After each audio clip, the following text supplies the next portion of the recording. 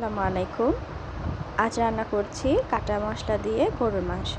নিয়েছি মশলা, পেঁয়াজ রসুন কুচানো, আর 1 কেজির মতো গরুর মাংস। আলু কুটে নিয়েছি, আলু দিলে একটু মজা লাগে। গরুর মাংসটা একটা বাটিতে নিলাম। এখন দিয়ে দিব পেঁয়াজ কুচানো, আস্ত রসুন আমার খুব পছন্দ গরুর মাংসের মধ্যে।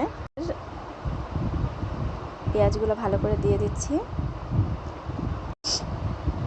এখন আমি গরম তেজপাতা, গোলমরিচ, দারচিনি, এলাচ গোটা মশলাগুলো দিয়ে দিচ্ছি। আমি বেটেও নিয়েছি কিছু গরম মশলা, কিন্তু কাটা নিয়েছি স্বাদ মতো মশলা। এটা বাটা মশলা, বাটা গরম মশলা এবং আদা। গুঁড়া মশলার মধ্যে নিয়েছি হলুদ, মরিচের গুঁড়া, মাংসের মশলা, ধনিয়া, জিরা, যা যা দেয় আর কি। দিয়ে দিচ্ছি তেল। এখন হাত দিয়ে খুব সুন্দর করে এটাকে মাখাতে থাকবো।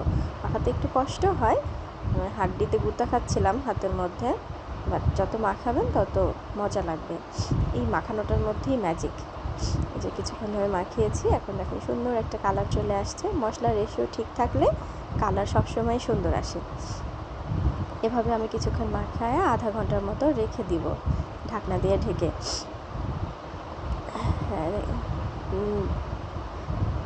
রেখে দিলাম। এবার ঢাকনা খুলে নিয়েছি, আধা ঘন্টা হয়ে গেছে। এখন আমি এটাকে প্রেসার কুকারে দিয়ে দিব। ফ্রিজে রাখা মাংস প্রেসার কুকারে কিছুক্ষণ না কুক করলে একদম সফট হবে না, খাওয়া যাবে না। গরুটা বেশ বড় গরু ছিল। আস্তে আস্তে করে সবগুলো মাংস আমি দিয়ে দিলাম। সাবধানে দিয়েছি, পড়ে না যায়। পুরোটা দিয়ে দিচ্ছি, হাত দিয়ে আস্তে আস্তে করে উঠায়।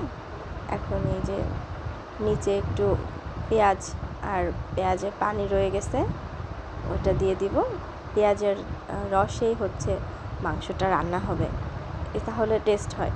গরুর মাংস আপনি যত মাখিয়ে রাখবেন, যত মশলার রসে ভিজিয়ে রাখবেন, তত বেশি মজা হবে।